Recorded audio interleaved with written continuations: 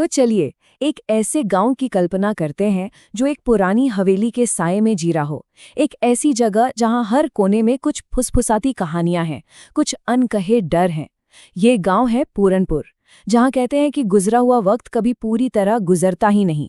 और यही जगह, हाँ, यही वो जगह है जो बहुत जल्द लालच और एक भुला दिए गए सच का अखाड़ा बनने वाली है।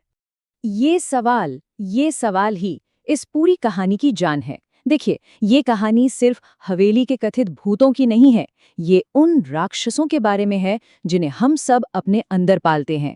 लालच का राक्षस, और ये कैसे हमारे सबसे गहरे डर और सबसे दुखद रहस्यों को बाहर निकाल सकता है।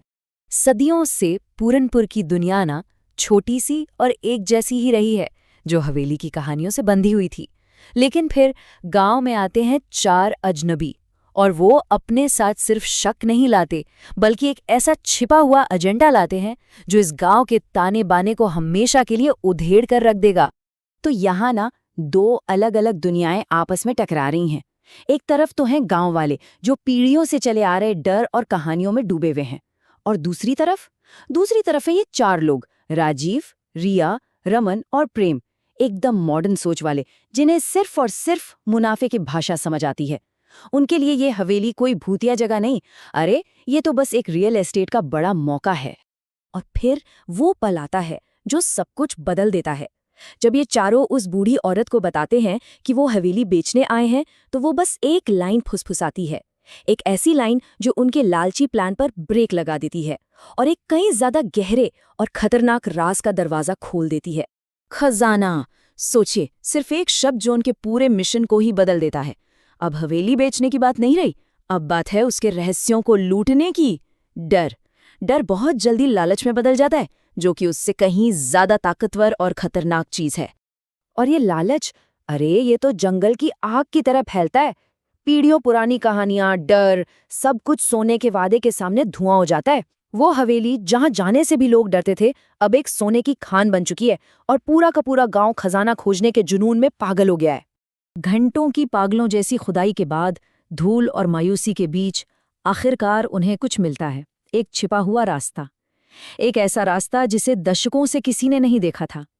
हवा में सीलन की महक है, और नीचे अंधेरे में एक अनकहा राज कैद है। माहौल में तनाव इतना है कि उसे काटा जा सकता है। और अब हम कहानी के उस हिस्से में उतर रहे हैं जहां लालच का सामना एक ऐसी भयानक सच्चाई से होता है जिसकी किसी ने कल्पना भी नहीं की थी। वो लोग सोना, चांदी, हीरे जवाहरात की उम्मीद कर रहे हैं, लेकिन उन्हें जो मिलने वाला है वो उनकी रूह पर हमेशा के लिए एक दाग छोड़ जाएगा।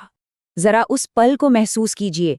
हवा में उम्मीदें तैर रही हैं, हर एक नज़र उस पुराने लोहे के संदूक पर टिकी है, हर दिल लालच से धड़क रहा है। ये वही पल है जिसका उन्हें बेसब्री से इंतजार था, एक ऐसा पल जो उन्हें हमेशा के लिए अमीर बना देगा। और फिर संदूक का ढक्कन खुलता है, और हवा में घुला सारा उत्साह एक खौफनाक चीख में बदलकर खत्म हो जाता है। सोने के सिक्कों की चमक की जगह उन्हें एक छोटे से नाजुक कंकाल का भयानक मंजर नजर आता है। बस एक पल में लालच नफरत में बदल जाता है। इस खौफनाक खोज के ठीक बाद उस बूढ़ी औरत का दिल दहला देने वाला सच सामने आता है। उसके शब्द पूरी कहानी को एक नया मतलब दे देते हैं। जिसे सब दौलत समझ रहे थे, वो असल में एक माँ का सबसे कीमती और सबसे दर्दनाक खजाना था। और बस यहीं से कहानी का नकाब उतर जाता है। अब ये लालच की कहानी नहीं रही, ये दिल टूटने की, धोखे की और एक माँ के उस दर्द की कहानी है जिसकी कोई कल्पना भी नहीं कर सकता। वो बूढ़ी औरत गौरी अपनी चुप्पी तोड़ती है और एक ऐसे अतीत का खुलासा करती है जो हवेली के भूतों से कहीं ज्यादा डरावना है। तो गौरी का पागलपन कोई रास नहीं था, वो तो उस भयानक दुख का नतीजा था। ये हवेली कोई भूतिया जगह नहीं, ये एक क्राइम सीन है, और गौरी कोई भूत नहीं बल्कि उस भयानक राज की अकेली गवाह है, उसकी अकेली रक्षक है। लेकिन इस गहरे दुख के पल में भी राजीव का लालच अपना घिनौना चेहरा फिर से दिखाता है। सोने का सपना टूटने के गुस्से में अंधा होकर वो कुछ ऐसा कर बैठता है जिसकी कोई सोच भी नहीं सकता। वो उस संदूक को लात मारता है जो गौरी के लिए उसकी पूरी दुनिया है, और ये एक ऐसा काम था जिसे एक माँ का दबा हुआ गुस्सा बर्दाश्त नहीं कर सकता था। राजीव के इस क्रूर काम के साथ ही कहानी अपने आखिरी और सबसे विस्फोटक मोड़ पर पहुंच जाती है। अब वक्त है इंसाफ का, वक्त है हिसाब का और आखिरकार वक्त है बदलाव का। जो हवेली कभी डर का प्रतीक थी, वो अब कुछ और बनने की दहलीज पर खड़ी है। और देखिए किस्मत का खेल, राजीव का गौरी को फंसाने का दाव उसी पर उल्टा पड़ जाता है। जिस पुलिस को वो एक पागल औरत को हटाने के लिए बुलाता है, वही पुलिस बहुत जल्द असली अपराधियों का पर्दाफाश कर देती है। वो कोई वारिस नहीं थे, वो तो शिकारी थे, जो एक गांव के दुख और अंधविश्वास का फायदा उठाने आए थे। आखिर में हर किसी को उसका अंजाम मिलता है। धोखेबाजों को कानून का सामना करना पड़ता है, गौरी को वो देखभाल मिलती है जिसकी उसे सालों से जरूरत थी, और सबसे जरूरी बात, उस मासूम बच्ची की आत्मा को आखिरकार शांति मिल जाती है। लेकिन कहानी यहाँ खत्म नहीं होती। ये इस कहानी का सबसे ताकतवर हिस्सा है।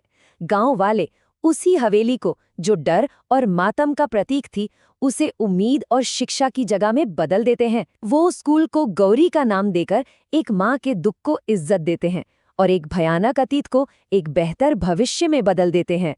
तो आखिर में ये कहानी हमें एक सवाल के साथ छोड़ जाती है। हमारी अपनी दुनिया में ऐसी कितनी प्रेतबाधित हवेलियां हैं?